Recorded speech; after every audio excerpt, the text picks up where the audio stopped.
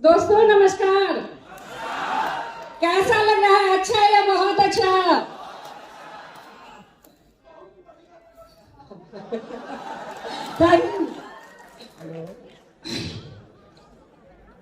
ज्योत्सना देवी का प्यार भरा नमस्कार। सबसे पहले तो परमपिता परमेश्वर को मैं धन्यवाद देता हूँ, प्रणाम करता हूँ, जिन्होंने मुझे मानव योनि में इस धरती पे जन्म दिया। उनको बहुत बहुत धन्यवाद। दूसरा धन्यवाद मेरी मम्मी और मेरे पापा को, जो आज ही दुनिया में पापा मेरे है नहीं, तो मम्मी पापा को जिन्होंने मुझे इस धरती पे जन्म दिया, उसके बाद मुझे अच्छे संस्कार दिए, जिनकी संस्कार की वजह से मैं आज जो भी काम कर पा रही हूँ, तो उसमें सारा श्रेय मेरे मम्मी पापा और मेरे भाई बहनों का जा रहा है, क्योंकि उन लोगों ने बहुत अच्छे संस्कार दिए। उसके बाद मैं अपने सास ससुर को धन्यवाद करती हूँ, जिन्होंने अपने लायक बेटी को मेरे हाथों में सौंपा, और जिन्होंने जो खुद से ज्यादा मुझ पे विश्वास करते हैं कि तुम दुनिया का कोई भी काम अगर तुमसे कहा जाए तो तुम कर सकती हो। Thank you. उसके बाद धन्यवाद मैं अपने आगे सामने फ्रंट के सीट पे सभी अपलाइन का करती हूँ, जिनसे कि डायरेक्ट मुझे सपोर्ट मिला, जिनके ऑडियो वीडियो और डायरेक्ट उनसे सपोर्ट मिला, उनको देख के उनका बहुत बहुत धन्यवाद। उनका सबसे बड़ा जोरदार तालियों के साथ स्वागत है। डायरेक्ट तो माधव सर से मुझे मुलाकात ऐसे नहीं हो पा रही थी, कभी भी नहीं हुई। सत्येंद्र प्रसाद सर से मुझे ऐसे नहीं हुआ, लेकिन हर एक स्टेज पे मुझे जाने का, हर एक फील्ड में जब भी मुझे मौका मिलता था कोई भी फंक्शन में जाने का, तो माधव सर और सत्येंद्र प्रसाद सर, इन दोनों को मैंने हमेशा सुना, मैंने सीखा और आगे बढ़ते चली गई। इसके लिए एक जोरदार ताली माधव सर और सत्येंद्र प्रसाद सर के लिए। Thank you sir, Avinash sir और रीता मैम के लिए। जब भी मैं टूटी, जब भी मुझे सर अभी बताए कि मैडम मेरे पास जाती थी, हमेशा मैं जब भी शुरुआती दिनों में टूटती थी, मुझे बहुत परेशानी आता था, टूटती थी और जाती थी, एक घंटा मैडम मुझे समझाती थी और प्यार से कहती थी नहीं आप तो डायमंड बन जाओगी। और मेरे से ज्यादा मेरे अविनाश सर और रीता मैम को मेरे पे विश्वास था। Thank you ma'am, thank you sir. और सतीश सर की बात की जाए, सतीश सर अगर नहीं होते, उनको स्टेज पे संडे के सेमिनार में मेरे हस्बैंड अगर नहीं देखे होते, तो शायद मुझे आज इस स्टेज पे इतना बड़ा सम्मान लेने का मौका नहीं मिलता। थैंक यू सतीश सर, जो आप टेस्टिमनी देने गए। आज जहां तक बात की जाए, ऐसे तो धीरे धीरे परेशानी आते गया जाते गया, लेकिन सुकांत सर से जब भी मुझे चाहे उनके घर पे जाने का मौका मिला, चाहे कभी भी कोई परेशानी होता था शुरुआती दिनों, तो मैं हमेशा सुकांत सर से कहती थी, हमेशा अजय जी सुकांत सर को खोजते थे और हमेशा बहुत प्यार से, बहुत सम्मान के साथ और बहुत अच्छे से समझाते थे कि आप लोग करो, आप लोग कोई भी परेशानी आप लोग को आएगा तो मैं हूं आपके साथ। और हमेशा सर कहते थे कि मेरे टीम से पहली लेडी ज्वाइन हुई है, मैं लेडी को ज्वाइन नहीं करवाती थी, लेकिन पहली लेडी है और मुझे विश्वास है कि ये डायमंड बनेगी। Thank you sir. और काम अच्छा होता था, बुरा होता था, कभी काम होता कभी नहीं होता था, तो इसमें अगर हम कहीं भी देखते थे तो वहां पे हम अंजलि झा सर को देखते थे। अंजलि सर अगर इतने अच्छे से काम नहीं किए होते, इतने बढ़िया से नहीं किए होते। और जहां तक बात है तो अंजलि झा सर में एक चीज बहुत बड़ा खूबी था, जो मैं अपने टीम को भी कहती हूँ, कि सर क्रॉस लाइनिंग ये नहीं देखते थे कि मेरा कौन रीच लेग है और कौन स्ट्रॉन्ग लेग है। और सर का ये बात मुझे इतना अच्छा लगता था कि एक बार की कहानी है कि सर रीच लेग में किसी को ज्वाइन करवा रहे थे, लेकिन सर को पता चला कि ज्योति जी वहां गई हैं, तो सर मेरे साथ जाके फॉलो करके मेरी ज्वाइनिंग करवाए। सर का बहुत बहुत धन्यवाद सर।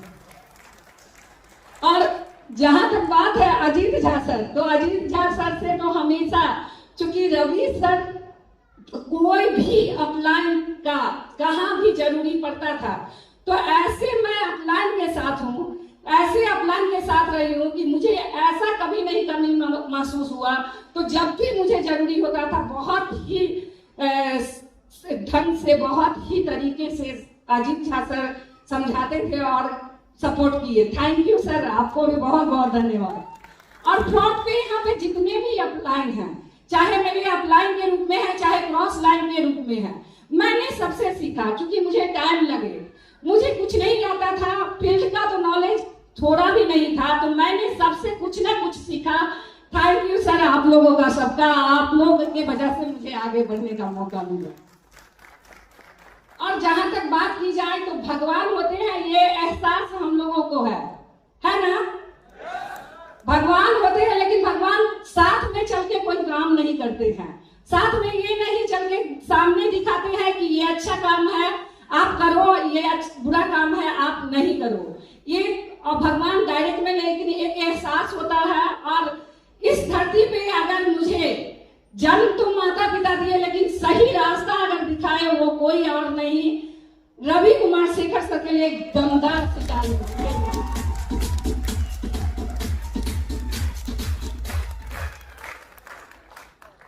और मेरी जर्नी ये है कि मैं आप लोग तो देखे ही होंगे कि मैं किस फैमिली, मेरा मायका कैसा था, किस फैमिली बैकग्राउंड से निकली और मुझे कहाँ पे शादी किया गया और कैसे हुआ। तो जहां तक बात है कि मैं एक छोटा सा किराना दुकान करती थी, बहुत काम पहले सिलाई बुनाई जैसे तैसे करके। मेरी सोच हमेशा हुआ करता था कि सर के पास पैसा कम है, लेकिन मेरे 3 बच्चे हैं, उनको बेहतर एजुकेशन दूं और सब कुछ उसका पूरा करूं। ये मुझे हमेशा खलते रहता था, लेकिन मेरे पास पैसा नहीं हुआ करता था। तो छोटे छोटे बहुत काम किए। उन्हीं दिनों मुझे एक किराना का दुकान खोलने का मौका मिला। मैं किराना का दुकान खोली और हम दोनों वाइफ हस्बैंड मिलके उसको चला रहे थे। चल रहा था, घर जैसे तैसे चल ही रहा था। लेकिन उसी दिन उसी बीच एक बार मुझे तो मौका भी नहीं मिला था कोई सेमिनार में जाने का, मेरे हस्बैंड को मिला अजय सर को, और वो देख के आए। मुझे विश्वास नहीं था, मैंने ज्वाइन नहीं किया, लेकिन सर के गुस्सा होने पे मैं साइन जरूर कर दी। साइन करने के बाद ऐसा हुआ कि मेरी ज्वाइनिंग डायरेक्ट मेरे से पैसे लेके नहीं किया गया, मेरे से पैसा इस काम को करके लिया गया कि लाओ दुकान का सामान ला दूं। और दुकान का सामान के लिए पैसा जाता था और मेरे घर में वो सामान नहीं आया और मेरी ज्वाइनिंग हो गई।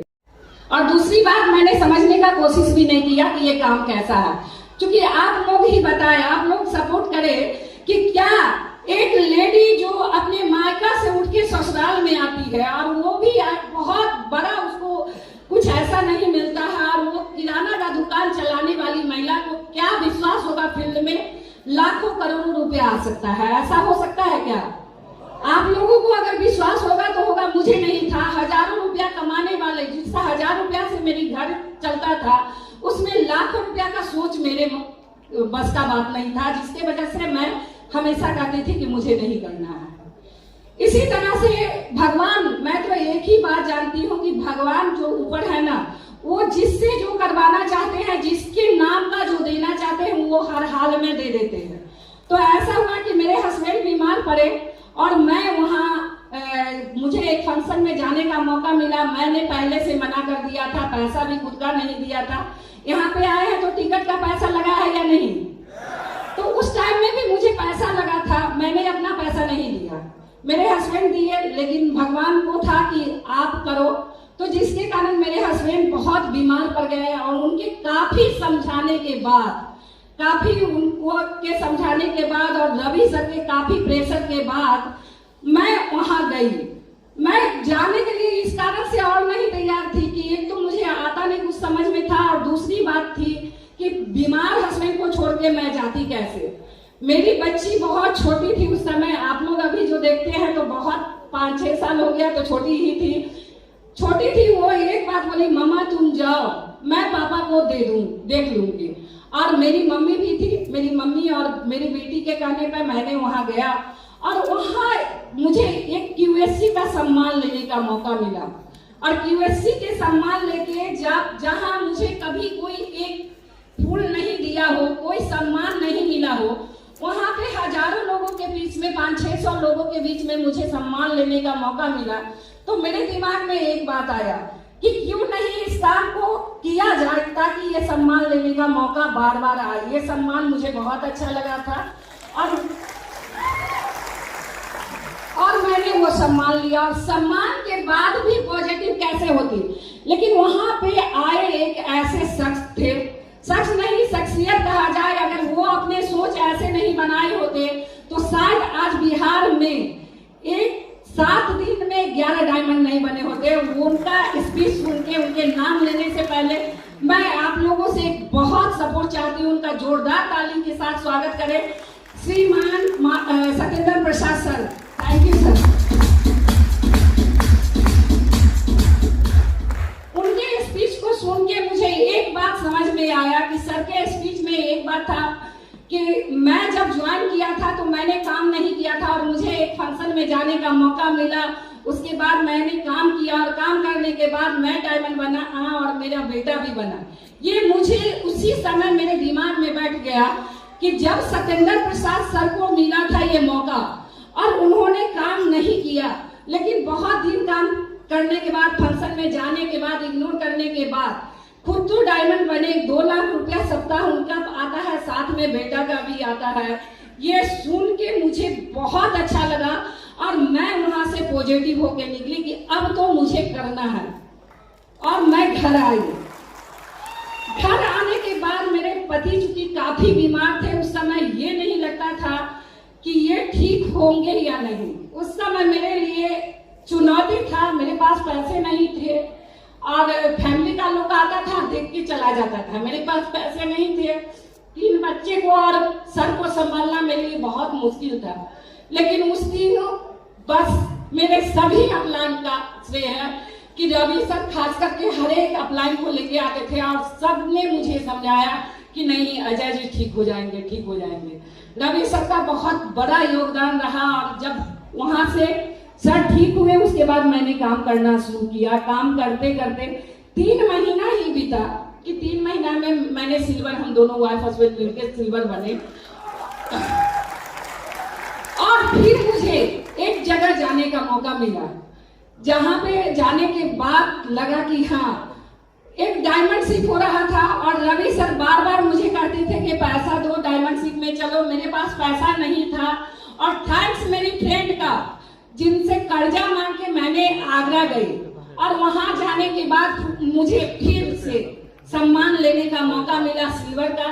और वहां वो सम्मान जो लेने का मौका मिला वो डायमंड शिप किसी और का नहीं, सबके दिलों पे राज करने वाले जो जुनून के बादशाह अजय पंडित सर के लिए जोरदार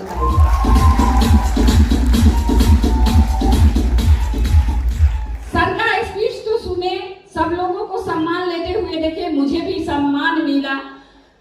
और उसके बाद जब हम आए तो हमको सबसे बड़ा सम्मान में सही में बताया कि आज तक सर मुझे सबसे अच्छा क्या लगा था, आज तक जब भी मैं किसी हॉल में जाती थी और उसके बाद ये मोटा वाला माला जो मिलता था, मुझे लगता था कि ये माला मुझे कब मिलेगा और वो डायमंड बनने के बाद ही मिलता है।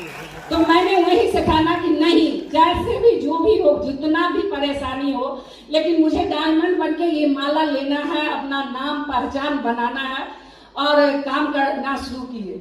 वहां से आने के बाद इतना पॉजिटिव हम और मेरे हस्बैंड दोनों हो गए कि एक दिन ऐसे ही बैठे हुए थे, रवि सर अचानक आए और बोले कि आप दोनों आदमी अगर दुकान नहीं होता तो कितना अच्छा होता, कितना अच्छा काम हो जाता। क्योंकि बच्ची मेरी छोटी थी, दुकान पे छोड़ के जाते जरूर थे लेकिन हमेशा दिमाग में लगा हुआ रहता था कि क्या होगा। तो बस दिक्कतें आती थी, कभी फील्ड में, कभी दुकान में, कभी घर में। घर में सुविधा का बात अगर कहा जाए तो पैसा कमी के कारण मेरे पास कुछ भी सुविधा नहीं था, घर भी वैसे ही करकट का ही था और कोई सुविधा नहीं, तो बहुत दिक्कत होता था मुझे। तो दोनों आदमी के डिसीजन से एक बात निकल के आया कि चलो दुकान बंद कर दे। अब दुकान बंद कर देने के बाद सही वहीं से परेशानी शुरू हुआ। दुकान चल रहा था तो थोड़ा बहुत घर चलाने के लिए तो पैसा आ ही रहा था। अब फील्ड में निकलते जब थे वहां इतना होता था, आज लोग कहते हैं सफल लेकिन कितने गालियां सुने हैं हमने ये कोई नहीं जानता। क्योंकि आज जेंट्स को तो परेशानी होता ही है। जेंट्स भी अगर नेटवर्क मार्केटिंग में जाता है तो फील्ड में लोगों को ये नहीं पता होता है कि नेटवर्क मार्केटिंग आखिर दे क्या सकता है, नेटवर्क मार्केटिंग के पास है क्या। वो दुनिया का वो सब कुछ दे सकता है जो आदमी सोच भी नहीं सकता है। और मैं तो लेडीज थी, तो जब जेंट्स को प्रॉब्लम होता है तो मैं लेडीज थी, मुझे प्रॉब्लम नहीं हुआ होगा। आज आप लोग को स्टेज पर से ही पता चल गया होगा। ऐसे मेरे सास ससुर है नहीं, पापा भी नहीं है, पेरेंट्स में मात्र मेरी मम्मी है, लेकिन स्टेज पर से पता चल गया होगा कि फैमिली में से अगर आया तो केवल मायका का आया, ससुराल का क्यों नहीं आया।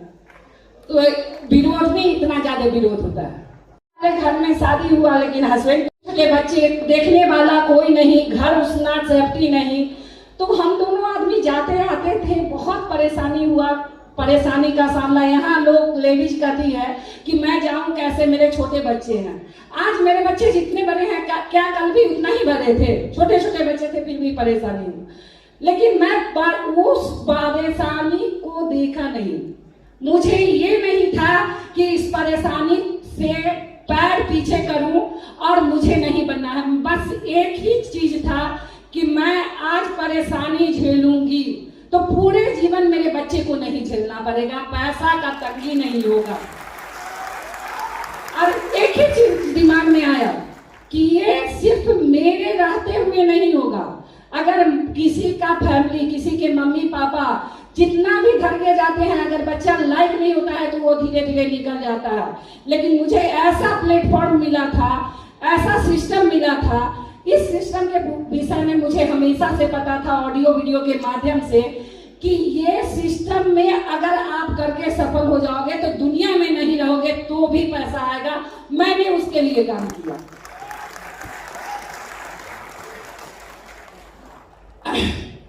परेशानी हुआ, टीम बनने लगा, टीम टूटने लगा। क्योंकि एजुकेशन अगर कहा जाए तो नेटवर्क मार्केटिंग के लिए था नहीं, ऐसे भी सिंपल जैसे तैसे चल रहा था। तो टीम बना लेकिन टीम को हम संभाल नहीं पाए, टीम टूटा। जब टीम टूटने लगा तो बहुत दर्द होने लगा, टूटने मैं भी लगी टूटने कि अब क्या होगा। अब तो मेरे घर में जो आमदनी का स्रोत था हम दोनों मिलके उसको बंद कर दिए, अब क्या होगा। तो फिर एक डिसीजन हुआ हम दोनों वाइफ हस्बैंड का कि अब ऐसा किया जाए कि किसी और जगह, समस्तीपुर के लोग मुझसे नहीं सुनते हैं, क्योंकि रवि सर पटना चले आए और रवि सर जब पटना चले आए तो डायरेक्ट उनसे कम समय मिल पाता था। जब जाते थे तो समय मिल पाता था, जब जाते थे या रवि सर फोन करके सुकांत सर, अजीझा सर, अनिझा सर, इन लोगों से टाइम दिलवाते थे, लेकिन वो नहीं मिलता था, खुल के हम काम नहीं कर पाते थे, तो संभाल नहीं पाए, जिसके कारण टीम मेरी टूटी। और टीम टूटने के बाद फिर भी हिम्मत करके मैं एक नया शहर में फिर से चली गई। वो शहर कोई और नहीं, सहरसा शहर में मुझे जाने का मौका मिला। और वहां जब गई मुझे काम करने में वहां भी बहुत परेशानी आया। जहां जाते थे तो लोग एक ही बात कहते थे, जो नेटवर्क मार्केटिंग के लिए, जो सेल्स शॉप के लिए है, लोगों का कि ये काम में कोई नहीं, कितने आए सहरसा में और किए और चले गए, ऐसा सुनने को मौका मिलता था। लेकिन मैंने हमेशा सुना, सबका जवाब किसी को नहीं दिया।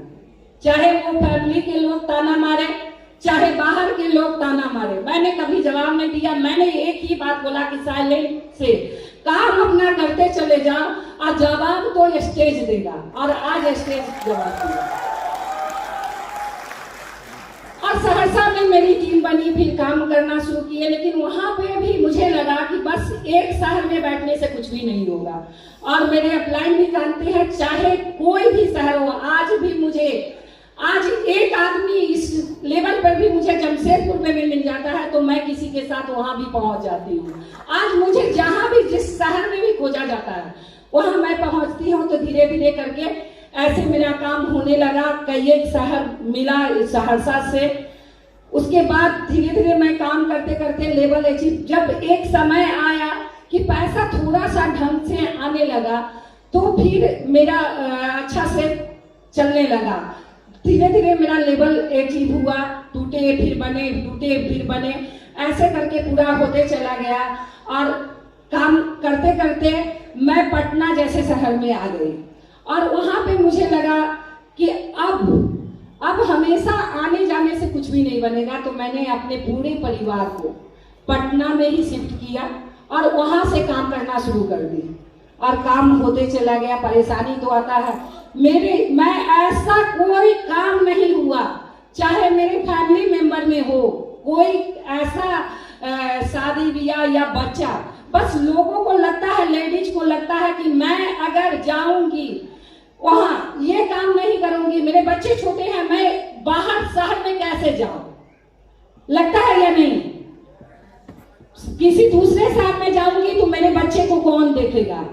क्या लगता है आपके बच्चे को अगर आज कोई नहीं देखेगा, आज अगर आप हिम्मत नहीं करेंगी, आप अगर बच्चे को ये नहीं समझाएंगे कि बेटा तुम अपने करो, तुम अपने देखो। मैंने हमेशा बच्चे को एक ही बात समझाया कि बेटा आज मैं बाहर जाती हूँ, उसको भी लोग आके कहते थे कि तेरी मम्मी को तो तेरे से प्यार ही नहीं है, तुमको छोड़ के हमेशा चली जाती है। लेकिन मैंने हमेशा एक ही बात समझाया कि बेटा आज थोड़ा दिन तुम रो लोगी, कोई नहीं देखेगा, लेकिन पूरे जीवन अगर बाहर में रोगी, पैसा कौन देने वाला होता है? किसी के पास पैसा होता है तो किसी को हेल्प में ऐसे नहीं कोई देता है कि तुम बन जाओ। तो ये मेरी परेशानी थी, मैंने सबका ताना सुना और मेरे बच्चा लोग को छोड़ के मैं गई। क्या आप लोग अगर मेरे जैसा सम्मान पाना चाहते हैं तो आप लोग बताइए, लेडीज लोग खास करके, कि आप लोग को करना है। अगर करना है तो परेशानी तो झेलना पड़ेगा, जाना पड़ेगा, अपने शहर को, अपने परिवार को, अपने बच्चे को, अपने हस्बैंड को, सबको छोड़ के जाना पड़ेगा। तो जाने के लिए अगर आप लोग तैयार हैं तो ये सिस्टम भी आप लोगों के साथ, आप लोगों को साथ देगी, अपलाइन भी साथ देंगे, आप भी यहाँ तक पहुंचेंगे। जहां तक बात, थैंक यू, जब पटना में आए तो धीरे धीरे अचीवमेंट मेरा होना शुरू हुआ। मात्र पहले जब 3 महीना ही काम किए तो खुद के लिए अचीवमेंट के लिए सबसे पहला जो मुझे कभी साइकिल पे बैठने का मौका नहीं मिला था, चलाने का मौका नहीं मिला था, मेरी सोच भी नहीं थी कि कभी मैं स्कूटी चलाऊंगी। और सबसे पहले 3 महीना में काम करके मैंने यहाँ से अपने लिए सबसे पहला अचीवमेंट मिला है, वो स्कूटी है। और मुझे वो स्कूटी लेके, ये नहीं, स्कूटी बहुत बड़ी चीज नहीं है। आज आप लोग यहाँ पे बैठे हैं तो आप लोग के लिए बहुत बड़ी चीज है, लेकिन मेरे लिए बहुत बड़ी चीज थी, क्योंकि मैं कभी सोची ही नहीं थी कि मैं स्कूटी कभी चलाऊंगी और फील्ड में अकेले काम करने जाऊंगी। तो मैं स्कूटी ली और धीरे धीरे काम करना शुरू कर दी। उसके बाद फिर परेशानी होने लगा किसी को ऑडियो वीडियो दिखाने। मुझे कोई लैपटॉप वगैरह, मोबाइल चलाने आता नहीं था, लैपटॉप चलाने आता नहीं था। फिर हम लोग काम किए, फिर एक टारगेट फाइट किए और फिर उस टारगेट के पैसा से लैपटॉप खरीदे और काम करना शुरू किए। फिर थोड़ा अच्छा काम होने लगा और करते करते फिर जहां तक आज घर में सबके पास गाड़ी था, मेरे ससुराल में 4 पहिया, लेकिन मेरे पास तो था नहीं और सोचने तक का भी ताकत नहीं था। लेकिन मैं और मेरे हस्बैंड दोनों मेहनत करके, और मेरे तीनों बच्चों का इतना सपोर्ट रहा, इतना थैंक्स। जैसे आज मेरा बच्चा मेरे लिए प्राउड फील कर रहा है, मैं भी अपने बच्चे के लिए प्राउड फील कर रही हूँ। अगर मेरे तीनों बच्चे नहीं होते और मेरे हस्बैंड अगर मेरे सपोर्ट नहीं होते, किसी के बातों पे अगर चले जाते, किसी के तानों पे चले जाते, तो मैं आज स्टेज पे नहीं होती।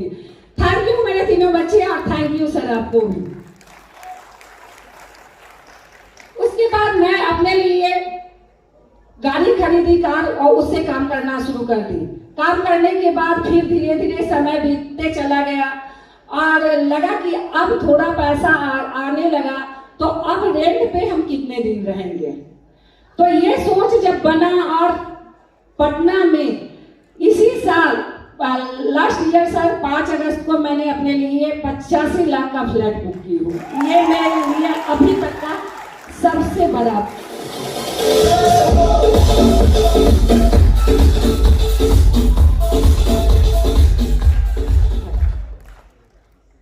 ऐसे मेरा जन्म चलते चला गया, अभी काम होते चला गया सर। अब परेशानी तो आएगा, आप लोगों को भी परेशानी आएगा।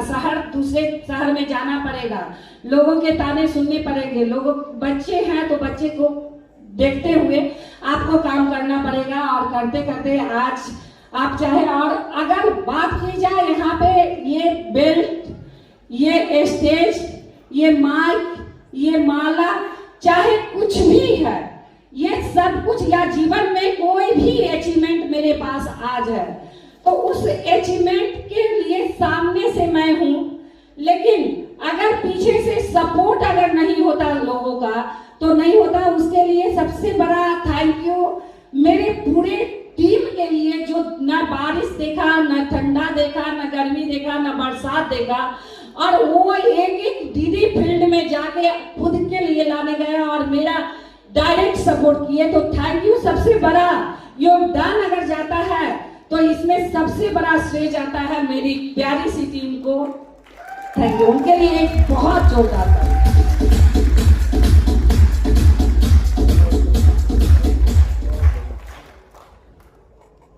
तो सर, आज मुझे भी सीखने का फिर से मौका मिलेगा आप लोगों से, और जर्नी मेरा यही था। ताने क्या कहे सर, परेशानी तो आते चला गया, मैं काम करते चली गई और ऐसे हुआ।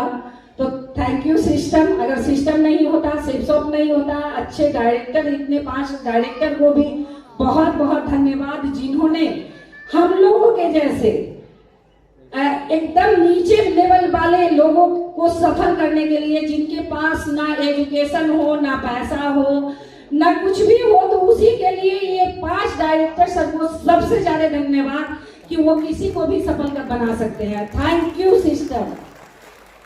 और थैंक यू मेरे सभी अपलाइन का जो डायरेक्ट इनडायरेक्ट सपोर्ट किए। Thank you.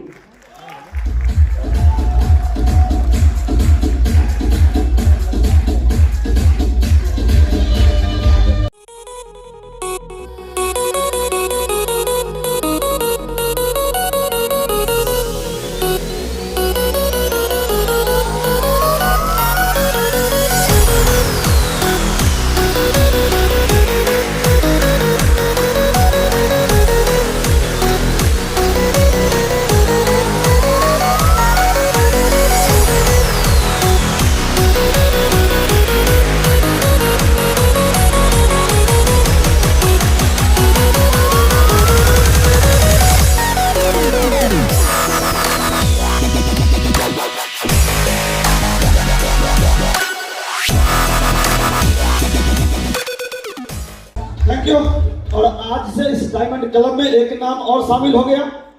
ज्योत्सना जी ने ये प्रूफ कर दिया कि अगर कमिटमेंट किया जाए तो कुछ भी असंभव नहीं है। और आज बहुत सारे लोगों को इनसे इंस्पिरेशन मिला होगा, और आज वो कमिटमेंट किए होंगे कि जिंदगी में अगर एक बार इस स्टेज, इस तरह के मान सम्मान को पाना है तो अपने निर्णय पे, अपने कमिटमेंट पे खरा उतरना होगा। परेशानियां चाहे कितनी भी आवे, लेकिन रुकना नहीं है, थकना नहीं है। तो चलिए मैम, सारे इस हॉल में जितने भी लोग हैं, सभी की तरफ से बहुत बहुत धन्यवाद आपका। और आज से आपका फ्रंट लाइन का सीट आपका इंतजार कर रहा है। आप अपने स्थान को ग्रहण कर सकते हैं।